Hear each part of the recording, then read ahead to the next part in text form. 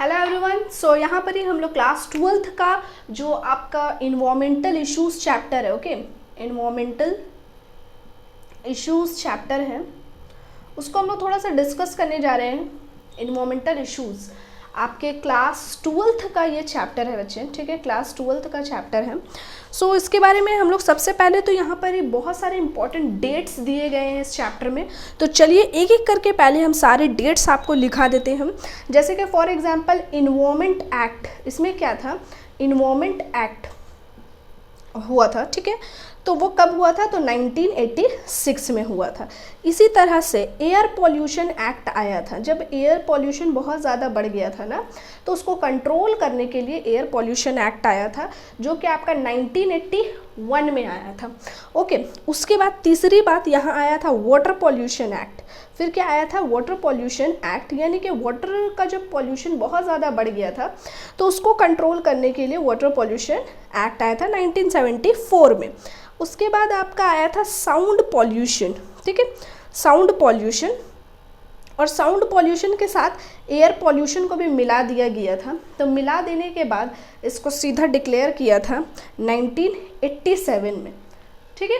यहाँ तक दिख पा रहा होगा सबको सही से, इसको नोट डाउन करते चलिए साथ ही साथ।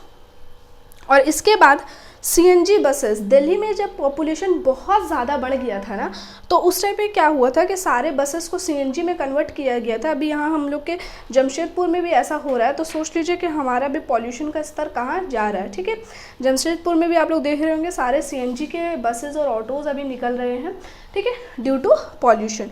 तो उस तरह से दिल्ली में ये सबसे पहले सीएनजी बसेस देखने को मिला था 2002 में, ठीक है। उसके बाद एक चिपको मूवमेंट था, ठीक है, आई थिंक आप लोग अवेयर होंगे चिपको मूवमेंट से। चिपको मूवमेंट क्या है कि इसमें ट्री को हक कर जाता था जिससे कि ट्री को काट नहीं पाए कोई, ठीक है, यानी ट्री जो है वो कट डाउन से इतना ज़्यादा ना हो पाए। तो ये आपका 1974 में हुआ था, ओके।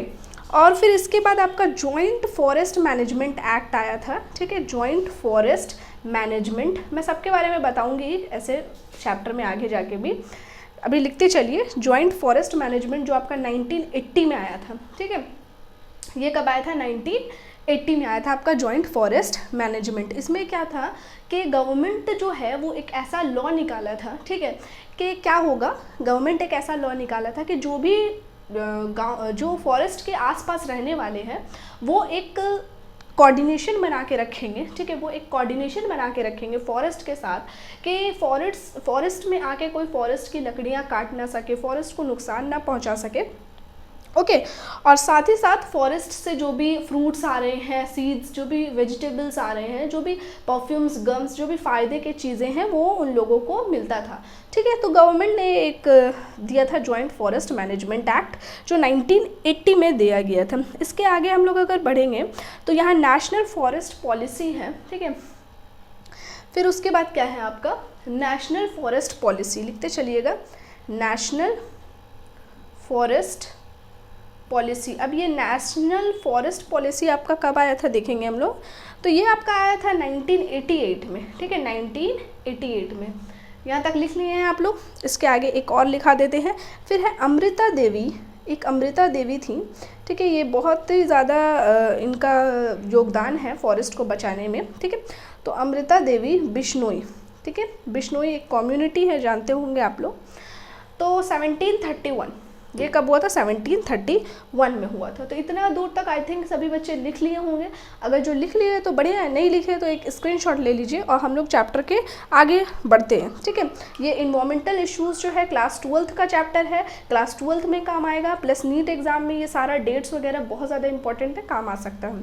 चलिए आगे बढ़ते हैं, इसी के साथ हम लोग इसको रफ कर देते हैं और बढ़ते हैं आगे, ठीक है।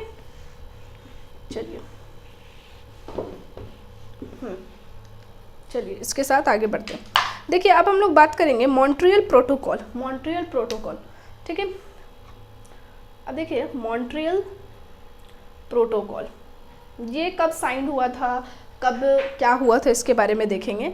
तो पहली बात तो ये साइन जो हुआ था कि एक चीज़ होता है ना साइंड हो जाता है, हाँ, लेकिन उसका सही रियल में काम कब होता है, वो इफेक्टिव कब हुआ, तो ये भी हम लोग देखेंगे। तो अगर साइन की बात किया जाए तो ये 1987 में हुआ था, और इफेक्टिव कब हुआ, ये सही मायने में काम कब किया, तो 1989 में हुआ। ये ओजोन को प्रोटेक्शन करने के लिए था, मॉन्ट्रियल प्रोटोकॉल। ठीक है, आगे बढ़ेंगे तो हम लोग एयर पॉल्यूशन के बारे में अब बात करने जा रहे हैं। ठीक है, एयर पॉल्यूशन कैसे होता है, क्या होता है, सभी चीज़ें हम लोग यहाँ देखेंगे। तो ये है एयर पॉल्यूशन। चलिए एयर पॉल्यूशन के बारे में हम लोग बात करते हैं। तो टाइप ऑफ एयर पॉल्यूटेंट जो है वो बहुत सारे होते हैं। स्मॉग होते हैं, स्मोक होते हैं। एयर पॉल्यूटेंट यानी जो पॉल्यूशन का कारण है, जो पॉल्यूशन कर रहे हैं। ठीक है, तो अगर हम लोग एयर पॉल्यूशन के बारे में हम लोग बात करें पॉल्यूटेंट के बारे में, ठीक है, पॉल्यूटेंट क्या होते हैं समझिएगा। पॉल्यूटेंट के बारे में अगर हम लोग बात करें तो पॉल्यूटेंट दो तरह के होते हैं। ठीक है, एक होते हैं गैसियस पॉल्यूटेंट, ठीक है, और एक होते हैं आपके पार्टिकुलेट्स। अब मैं दोनों का मतलब समझा दे रही हूँ, ठीक है, समझते रहिएगा ध्यान से। एक गैसियस होते हैं, जैसे स्मोक हो गया आपका, ठीक है, जितने भी गैसेस आ जाएंगे इसके अंदर में, ठीक है, और पार्टिकुलेट्स में आपके सॉलिड आ जाएंगे, जो भी सॉलिड पार्टिकल है या फिर जो लिक्विड पार्टिकल्स हैं वो सभी आ जाएंगे आपके पार्टिकुलेट्स के अंदर। ठीक है, तो ये पॉइंट्स हैं, यहाँ पर ही ध्यान से समझिएगा कि एयर पॉल्यूशन में हम पॉल्यूटेंट किसको बोलेंगे। देखिए समझिए, एयर पॉल्यूशन किसको बोलेंगे, अगर वातावरण का जो एयर है वो गंदा हो रहा है, प्रदूषित हो रहा है, तो इसको हम लोग एयर पॉल्यूशन बोलेंगे। लेकिन हम पॉल्यूटेंट वर्ड यूज़ क्यों कर रहे हैं भाई, तो पॉल्यूटेंट वर्ड इसलिए यूज़ कर रहे हैं कि जो पदार्थ पॉल्यूशन कराने के लिए रिस्पॉन्सिबल होंगे, है ना, उसी को हम बोलेंगे पॉल्यूटेंट। तो अब जो पॉल्यूटेंट है ये दो तरह का हो सकता है, एक तो गैसियस पॉल्यूटेंट भी हो सकता है और एक पार्टिकुलेट्स भी हो सकता है। तो गैसियस जो होते हैं इसमें आपका स्मोक आ जाएगा, इसमें आपका गैसेस आ जाएगा, और पार्टिकुलेट्स के बारे में बात करेंगे तो सॉलिड आएगा, लिक्विड आएगा, ये सभी पार्टिकल्स इसमें आते हैं। आई होप कि आप लोग समझ पा रहे होंगे। ठीक है, तो चलिए इसके आगे हम लोग और बताते हैं। ठीक है, नोट्स बनाते रहिएगा, नोट्स बहुत ज़्यादा इम्पॉर्टेंट है क्लास 12th के लिए भी, क्योंकि और नीट एग्ज़ाम के लिए भी, दोनों ही के लिए नोट्स इम्पॉर्टेंट है। तो यहाँ पर ही चलिए आइए बात करते हैं हम लोग इलेक्ट्रोस्टैटिक प्रेसिपिटेटर के बारे में। ठीक है, यहाँ लिखते हैं इलेक्ट्रोस्टैटिक प्रेसिपिटेटर। देखिए ध्यान से बात समझिए, जो इलेक्ट्रोस्टैटिक प्रेसिपिटेटर है, पहली बात तो ये मोस्ट वाइडली यूज्ड किया जाता है, यानी बहुत ज़्यादा यूज़ किया जाता है, मोस्ट वाइडली यूज्ड। ठीक है, उसके बाद ये काम क्या करता है असल में कि ये रिमूव कर देता है कम से कम 99% of particulate matter. Particulate matter समझ रहे हैं, गंदगी।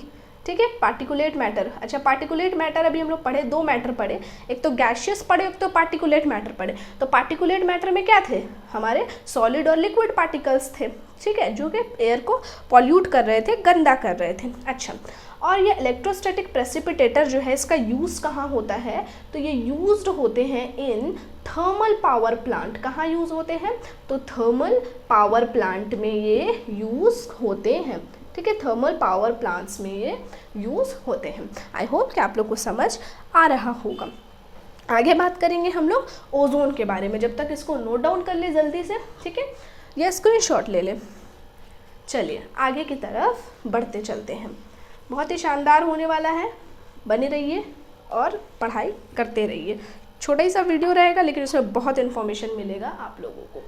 तो चलिए ओजोन के बारे में पढ़ते हैं भाई, आज तक नहीं जानते ओजोन क्या है। चलो ओजोन देखो, सबसे पहली बात, ओजोन कौन से लेयर में प्रेजेंट होता है। ठीक है, कौन से लेयर में ओजोन प्रेजेंट होता है, तो प्रेजेंट होता है ये आपके स्ट्राटोस्फेयर में।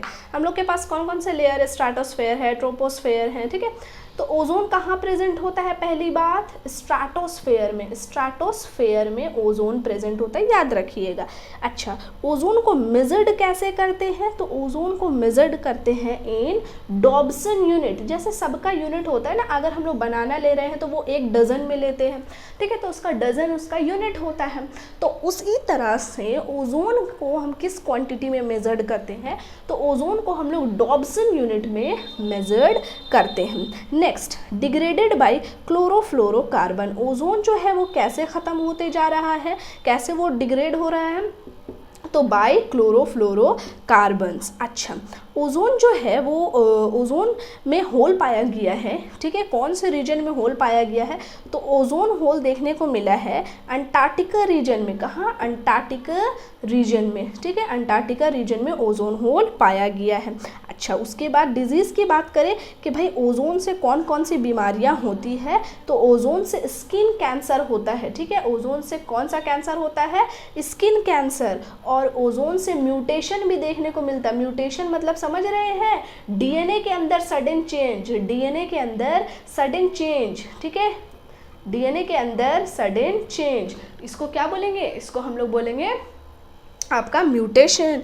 और कौन सा डिजीज़ देखने को मिलेगा? कैटरैक्ट। कैटरैक्ट समझ रहे हैं? ये आइज़ में होता है, ठीक है। कैटरैक्ट समझ रहे होंगे आप लोग, आइज़ में होता है। इसको हिंदी में बोलते हैं क्या? तो बोलते हैं मोतियाबिंद, मोतियाबिंद बोलते हैं, ठीक है, कैटरैक्ट को। और एक बीमारी होता है स्नो ब्लाइंडनेस, स्नो ब्लाइंडनेस भी होता है। तो ये सभी डिजीज़ है जो कि ओजोन के वजह से होता है, ओजोन डिप्लेशन के वजह से होता है, ठीक है। यहाँ तक हम लोग पढ़े ओजोन डिप्लेशन के वजह से होता है। और इसके बारे में ये तो हम लोग का वीडियो 1 था, ठीक है। ये हम लोग का वीडियो 1 था इस इन्वायरमेंटल इश्यूज़ पे, ठीक है। आगे नेक्स्ट वीडियो में हम लोग कंटिन्यू करेंगे इसको। और जो भी मुझसे ऑफलाइन क्लासेस करना चाहते हैं तो ऑफलाइन क्लासेस सना कॉम्प्लेक्स पे होती हैं, ठीक है। जो भी ऑफलाइन क्लासेस करना चाहते हैं तो ऑफलाइन क्लासेस जो है वो सना कॉम्प्लेक्स पे 4th फ्लोर पे होती हैं। वहाँ पर ही आपको सभी क्लास 11th 12th का कोर्स कराया जाता है और BSc की भी और नीट की भी प्रिपरेशन होती है, तो याद रखिए। और ठीक है, और क्या बोलूँ, और ये कि ये जो सिलेबस है ये आप लोग अच्छा से ध्यान से देखिए और काफ़ी इसमें आपको मिलती रहेगी चीज़ें, ठीक है, जो आपके हेल्प के लिए हो। तो अगर आप लोग ऑफलाइन पढ़ना चाहते हैं तो 4th फ्लोर पे सना कॉम्प्लेक्स पे मैं पढ़ाती हूँ, ठीक है। 4th फ्लोर पे सना कॉम्प्लेक्स में मैं पढ़ाती हूँ, ठीक है। अगर मेरा नंबर लेना चाहेंगे तो आप लोग इसको नोट डाउन कर सकते हैं, ठीक है। और मुझसे बात कर सकते हैं बायोलॉजी क्लासेस के लिए। ओके बच्चों, तो चलिए वीडियो को ऑफ करते हैं। Okay, thank you everyone.